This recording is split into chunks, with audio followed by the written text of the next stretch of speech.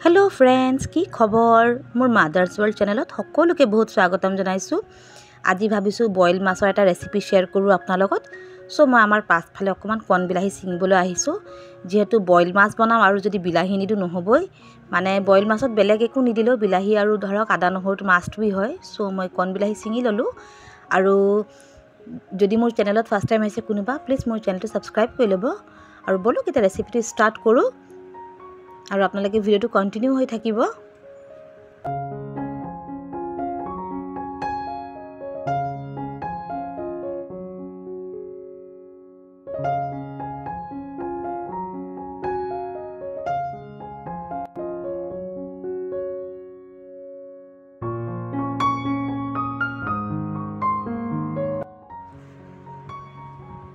এয়া চাওক বইল মাছ মই বনাম আজি খুতৰা শাকৰ সৈতে। সো এয়া খুতৰা শাক লৈছোঁ আৰু এই এনেকুৱাবোৰ যে থাকে আগফালে অকমান গুটি নিচিনা এইখিনি মই পেলাই দিম, এইখিনি নিদু এইখিনি পেলাই দিব লাগে।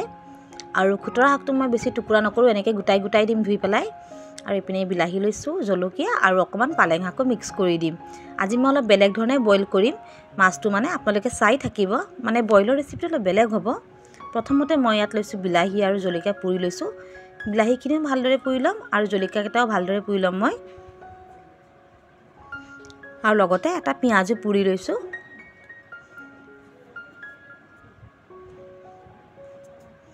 এয়া চাওক মই সব ৰেডি কৰি ল'লোঁ। এয়া মই আমাৰ খুতৰা শাকটো ধুই পেলাই অকমান ডাঙৰ ডাঙৰকৈ কাটি লৈছোঁ। এয়া পুৰি ৰখা মানে বিলাহী আৰু পিঁয়াজ, এয়া পালেং শাকখিনি অকমান মিহিকৈ কুটি লৈছোঁ। এয়া বিলাহী আৰু জলকীয়া আৰু লগতে অকমান লৈছোঁ এয়া বইল আলু আৰু এয়া আদা নহৰু আৰু শুকান জলকীয়া। এতিয়া প্ৰথমতে এই আদা নহৰু শুকান জলকীয়া আৰু বিলাহী আৰু পিঁয়াজখিনি ভালদৰে খুন্দি ল'ম।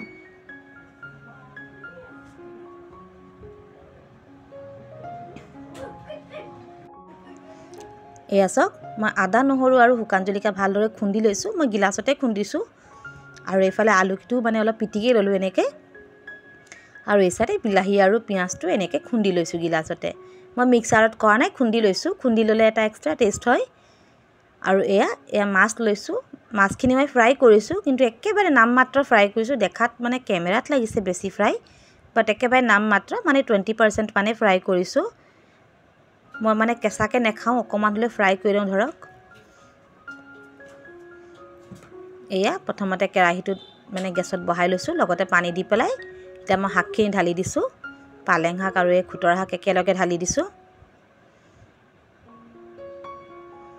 আৰু লগতে কাটি ৰখা বিলাহী আৰু জলকীয়া আৰু অকমান নিমখ, অকমান হালধি আৰু চাহৰ আধা চামুচ জিৰা পাউডাৰ।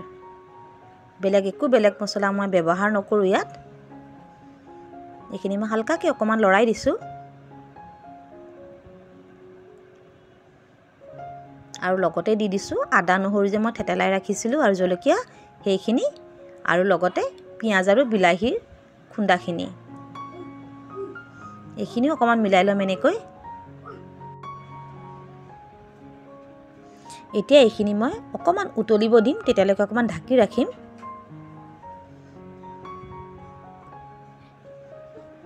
এয়া চাওক 3 মিনিটমান হৈ গ'ল, উতলি গৈছে ধুনীয়াকৈ। সো মই বিলাহীখিনি অকমান ভাঙি দিছোঁ, মানে অকমান গুড়ি কৰি দিছোঁ ধৰক। আৰু এয়া বেছি সময় নালাগে, খুব সোনকালে বনি পেলাই ৰেডি হৈ যায়। এয়া চাওক কিমান ধুনীয়া ধুনীয়া সেউজীয়া ভাল লাগিছে ন দেখাত।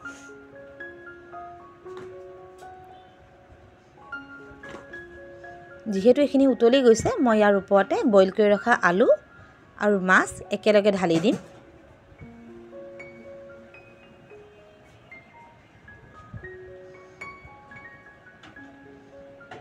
এতিয়া এইখিনি মই হালকাকৈ এনেকৈ লৰাই দিছোঁ।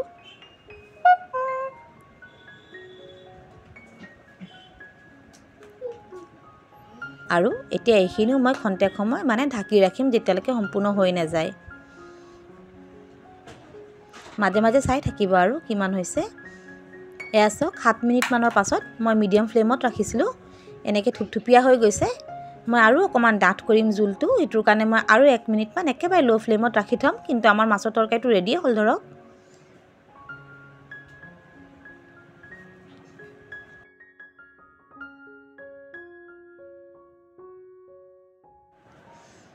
এয়া চাওক আমাৰ বইল মাছৰ ৰেচিপি বনি পেলাই ৰেডি হ'ল বিৰাটে ধুনীয়া হয় খাবলৈ ট্ৰাই কৰি চাব কাৰণ অকণমান ইউনিক বনাইছোঁ মই যদি আপুনি বইল মাছ খাই ভাল পায় এনেকৈ বনাই খাব এনেকৈ বেছি ভাল পাব আৰু আজিৰ ভিডিঅ'টো মই ইমানতে এণ্ড কৰোঁ যদি ভিডিঅ'টো চাই পেলাই ভাল পাইছে প্লিজ লাইক কমেণ্ট কৰিব যদি চেনেলত ফাৰ্ষ্ট টাইম আহিছে মোৰ চেনেলটো ছাবস্ক্ৰাইব কৰি ল'ব অ'কে লগ পাম এটা নেক্সট ভিডিঅ'ত বাই বাই